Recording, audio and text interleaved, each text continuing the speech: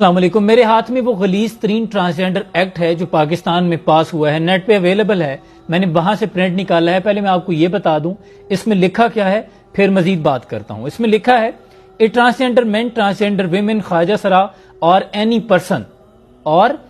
Person, یہ صرف transgender یا خواجہ سرا تک محدود نہیں, کسی بھی مرد یا عورت کو اس کی اجازت ہوگی.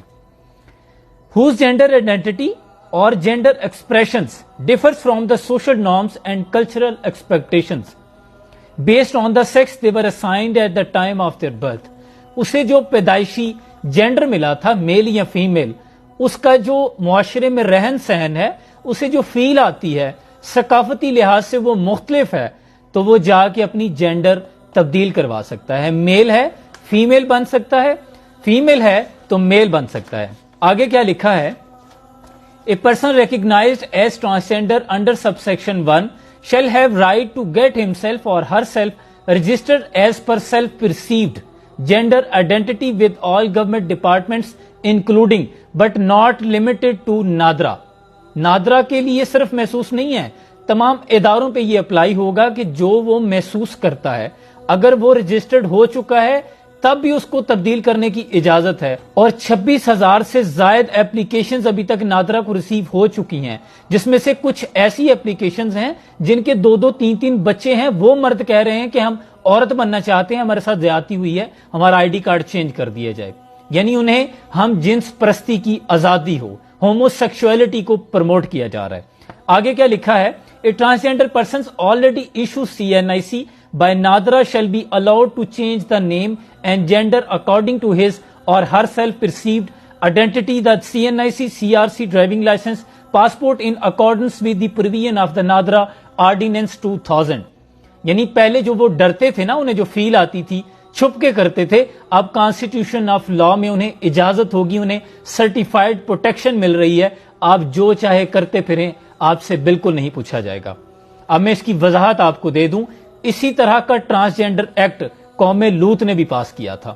ان کے ساتھ کیا ہوا تھا, جسے آج ڈیڈ سی کہا جاتا ہے نا, بحیرہ مردار کہا جاتا ہے, اس بستی پہ عذاب آیا تھا. ابراہیم علیہ السلام کے پاس فرشتے آتے ہیں, تفسیر میں آتا ہے حضرت جبریل کریم ہے ساتھ میں اسرافیل ہیں, میکائیل ہیں. وہ آ کے عرض کرتے ہیں, نوجوانوں کی شکل میں آئے, ابراہیم علیہ السلام کو کہتے ہیں کہ ہم اللہ کی طرف سے آئے ہیں, اور ان کے چہرے اداس ہیں, متغیر ہیں. ابراہیم علیہ السلام پوچھتے ہیں کہ کیا بات ہے, کوئی بری خبر ہے؟ تو وہ کہتے ہیں ابراہیم علیہ السلام بہت بری خبر ہے, پتھر آسمان سے چل پڑے ہیں. حضرت ابراہیم علیہ السلام پوچھتے ہیں کہ کس وادی کی طرف؟ تو بتایا جاتا ہے کہ فلاں بستی کی طرف. ابراہیم علیہ السلام خوف زدہ اور فکر زدہ ہو گئے, کیونکہ وہاں ان کے بھانجے حضرت لوط علیہ السلام نامینیٹڈ نبی ہیں, پیغمبر تھے. تو ابراہیم علیہ السلام پوچھتے ہیں کہ کتنا وقت ہے؟ کہا وقت بالکل نہیں ہے, کیونکہ پتھر چل پڑے ہیں, صرف حضرت لوط علیہ السلام کو بچائیں گے. ان کی بیوی بھی پیچھے رہ جانے والوں میں سے ہے, اور پتھر چل پڑے. حضرت ابراہیم علیہ السلام چاہتے تھے, کیونکہ درد تھا امت کا, تو کہنے لگے کہ ان میں تو بہت نیکوکار پرہیزگار لوگ ہیں. تو فرشتے کہتے ہیں کہ ابراہیم علیہ السلام, اور زہد کی جو ڈیفینیشن نبی نے بیان کی, سارا سال روزے رکھنے والے تھے, عبادت گزار تھے, کبھی ان کی راتیں قیام کے بغیر نہیں گزری تھی, اتنے بڑے نوافل پڑھنے والے تھے. لیکن فرشتے کہنے لگے کہ ابراہیم علیہ السلام, پہلے پتھر انہی کی طرف اللہ نے روانہ کیے ہیں کہ پہلے جا کے ان کو مارو, ان کے سامنے میرا دین لوٹتا رہا, شریعت کی حدود کو پامال کیا جاتا رہا, اللہ کی فطرت کے قانون کے ساتھ جنگ لڑی جاتی رہی.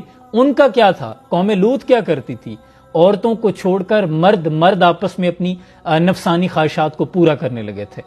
اسی کو ہومو سیکشولیٹی جس کو پروموٹ کر رہے ہیں آج. استغفر اللہ, کیا لوگ یہ قرآن نہیں پڑھتے؟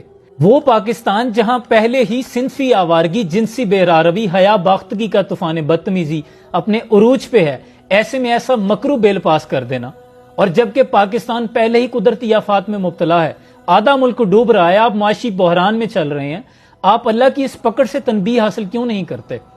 اور یہ شریعت اور اللہ کے ساتھ جنگ ہے, کھلی بغاوت ہے جو آپ کر رہے ہیں. خدا کے لیے اس وطن پر بلگتے لوگوں پر رحم کھائیں. کیا مزید کو کمی رہ گئی ہے؟ ہمیں کتنی رسوائی اور دیکھنی ہے؟ برطانیہ, انڈیا کے ایکٹ میں بھی یہ چیزیں شامل نہیں ہیں. ان میں بھی آپ نے کسی کو اگر جینڈر دینا ہے نا, تو میڈیکل کیا جاتا ہے, اس کے بعد دیا جاتا ہے. یورپ کے بعد پاکستان پہلا ملک بن گیا ہے. خدا کے لیے اس پہ آواز اٹھائیں. جو لوگ با اختیار ہیں, جن کا جتنا قد بلند ہے, ان کی اتنی ذمہ داری بھی ہے. حضرت صالح علیہ السلام کی اونٹنی کے قاتل صرف 4 تھے، ساری قوم تباہ ہو گئی تھی، باقیوں کا جرم کیا تھا؟ خاموشی۔